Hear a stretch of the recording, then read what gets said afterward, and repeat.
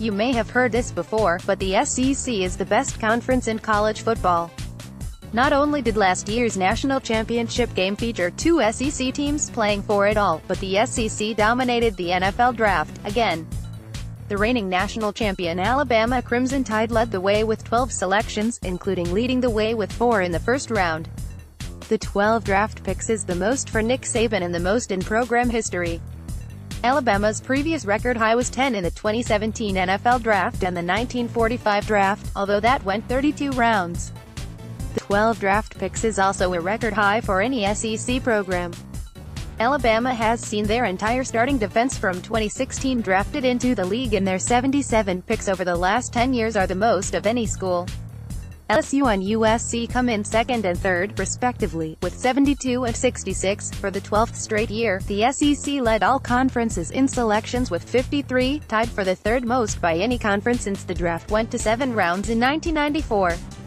Alabama led all schools with 12 selections in 2018, the most for Alabama in the Common Draft era. 1967, Adam Schefter, @Adam Schefter, April 29, 2018. Minkah Fitzpatrick was the first to hear his name when the Miami Dolphins used the No.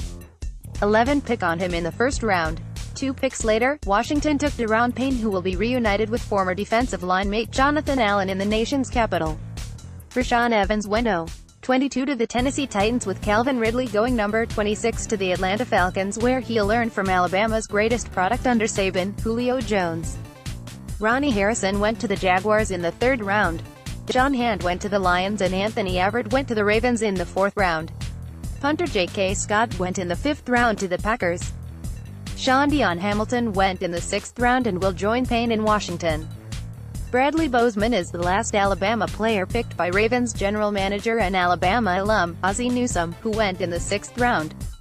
The 7th round saw running back Bo Scarborough finally hear his name called by the Cowboys, and Joshua Frazier rounded out the 12 when the Steelers took him with pick No. 246. It's no wonder then why Alabama routinely is playing for the national championship when you consider they're essentially fielding an NFL team. And don't expect this to change in the near future. As long as Saban is on the sideline, they'll recruit at an elite level and continue to bring in 4- and 5-star recruits and develop them into future NFL draft picks, many of them going in the 1st round. Alabama didn't play a game this weekend, but Crimson Tide fans should be walking around with their chests puffed out the next few days in celebration of the dozen players who joined the NFL this draft.